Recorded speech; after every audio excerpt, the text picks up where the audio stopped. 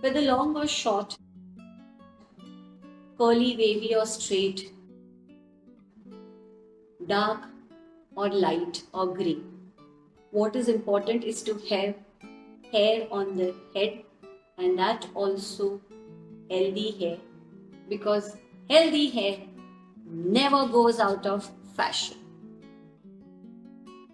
So let's learn 3 easy tips for growing healthy hair.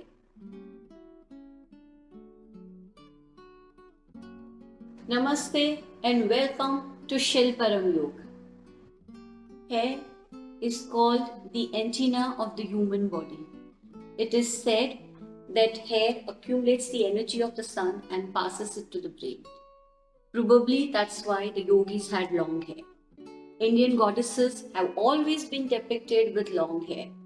Bhagwan Shiv also has been depicted with long matted locks. World over in different cultures, gods and goddesses have been depicted with long hair. Even the fairy tales always had princesses with long flowy hair. Remember Rapunzel and her long strong hair, which was used as a staircase to climb up and down the tower.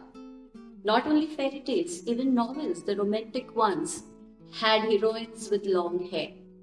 I still remember a scene from the movie of 70s, Hindi movie, where one of these ladies had long hair and she used it as a whip to beat up the villains.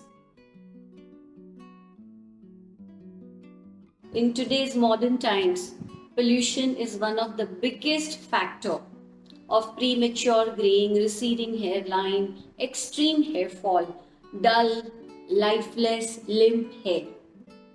So how do we combat it? Let's see. We'll start with the very first technique, which is very simple. So it is a simple yet effective technique called BALAYAM YOGAMUDRA. Bal means hair, Ayam means control. So it controls hair fall with the help of a mudra. Mudra is your hand gestures. What we have to do in this is bring the fingernails closer once they are in complete contact. Start rubbing them. Once you start rubbing them, what happens is the nerve endings behind the nails start getting activated, pass on the message which reaches the hair follicles to grow in a healthy manner. Now, if you are rubbing them, do not rub them hard but gently. The thumbs also have the nerve endings behind them, but these are totally focused on different area, that is your chin and also your mustache. I'm sure the women don't want to try it. So do this 5 minutes in the morning, 5 minutes in the evening at your convenience. While traveling, while reading something, watching TV, talking, etc. It was somewhere around World War I time that women started cutting their hair short for the sake of convenience and hygiene while serving the wounded soldiers. Later on, it became a matter of independence for women. They wanted to rub shoulders with men and keep their hair short. One of the Hollywood actresses, Audrey Hepburn, took it to a next level completely. When all the other actresses in Hollywood had long hair, she was the one who started with short hair trend. With the rise of salons, different kind of short haircuts came into fashion, to the extent that some of the women shaved off their head completely and went bald, just to make a fashion statement. But there could be other reasons also. For example, the heads are shaved by women as an offering to God also, like in temples like Tirupati and many other places.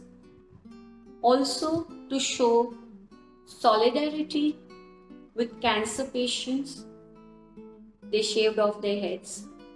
I know some of my students, the young girls, who donate their hair regularly to patients who have lost their hair.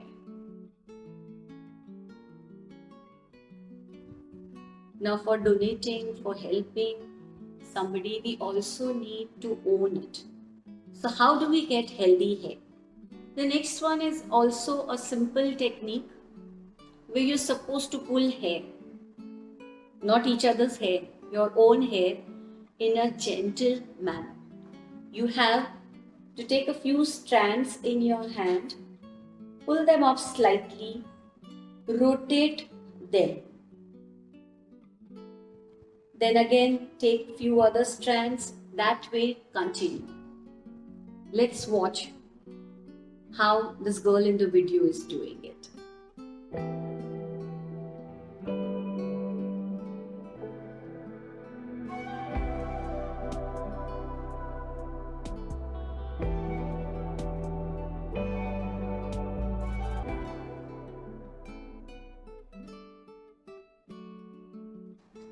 Hair pulling massages the scalp, and the gentle tuck at the roots speeds up the growth. Also, it soothes and calms you down, which is so important for good hair growth. And now's the time to practice yogasana. So, we will learn Adho Mukha Shwanasana. Adho means downward, Mukha is face, Shwan means a dog, Asana means a posture. So downward facing dog, it is also called Parvatasana in some of the schools of yoga, though there is a minor difference between the two. Here the body takes the shape of a triangle with the hands and the feet as the base of the triangle and the buttocks as the tip of the triangle. Now this is a standing, then bending forward and balancing asana. Let's see how to do it.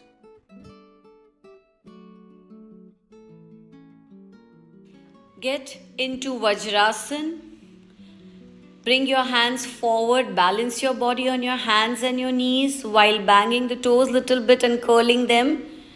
And lift your body in the air, pointing the buttocks towards the ceiling. Keep your back straight. This is Adho Mukha Shwanasana. When you lift your one leg straight up in the air, balancing on the other leg and hands, that becomes Eka Pada, one leg. Adho Mukha Shwanasana. One leg is raised and you are balancing the body also on one leg. When you interchange, again bear in mind that the leg has to be straight from the knee. Gently balancing yourself, come back on all fours and then into Vajrasana.